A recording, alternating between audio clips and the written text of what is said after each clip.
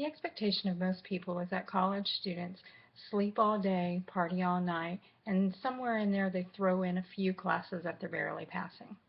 And if you live in Animal House, that may be what you're doing. But for most people, we don't have the ability to be like John Belushi and stand up in the dining hall and scream, "Food fight!" even though it seems like it'd be really a fun thing to do.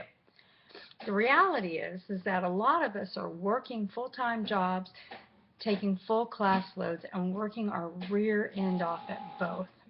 It's a struggle balancing job and school. And with the ever-growing number of people like me that are starting or returning to college at an age that is not necessarily what would be considered college age, then you're throwing in spouse and kids as well.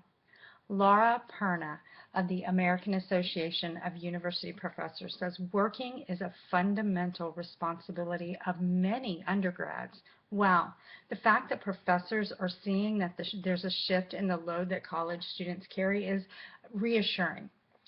Now, if they would use that knowledge and modify just a few of their expectations, we'd be in business. And for the naysayers out there that still don't believe that so many of us are working students, the U.S. Census Bureau released that in 2011 a whopping 71% of college students were also working. It can be overwhelming at times trying to balance it all, especially when you have those friends that do meet the expectations of party, sleep, and barely get by. And the reality is, I do not want to hear another person tell me that their C diploma looks exactly like my A diploma. I really want more for myself than that. Of course, there are those times when we just don't want to balance it all anymore. Recently, I was offered my dream job, and I was hired because they knew the work and they knew I was good at it. They also knew that I was going to college to get my degree in public relations, so it was a perfect fit. They were great with my college schedule and excited about what that would mean for the future for me and for them. I'm doing marketing and events for my church.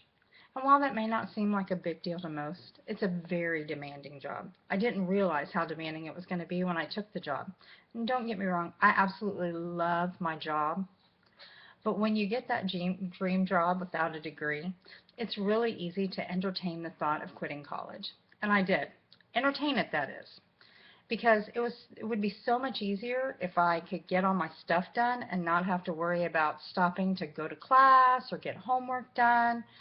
But then I realized a couple of things that were really important to me. Number one, I wasn't hired just because I was good at what I did. I was hired because I was getting a degree in it as well. And the second was, I've come so far. Why would I want to quit now? I'm earning in a degree in a field that I love, and I can see the finish line of my race at Lone Star College, and I'm so ready to be able to start yelling, "Go Cougs!" And my husband, he's ready for me to be able to get him football tickets. So, in those times when you get up at 6 a.m. and you go trying to get over writer's block that you've had for over a week to get a speech done that's due by noon, that may actually only be me. But really, when you feel like it's all too much, just remember, you've come way too far to turn back now. It doesn't matter if this is your first class of your first semester or this is your last class and you're about to graduate. You've come so far. You've made a step that it took me most of my adult life to make. Society's expectations of college students may not change, but know this.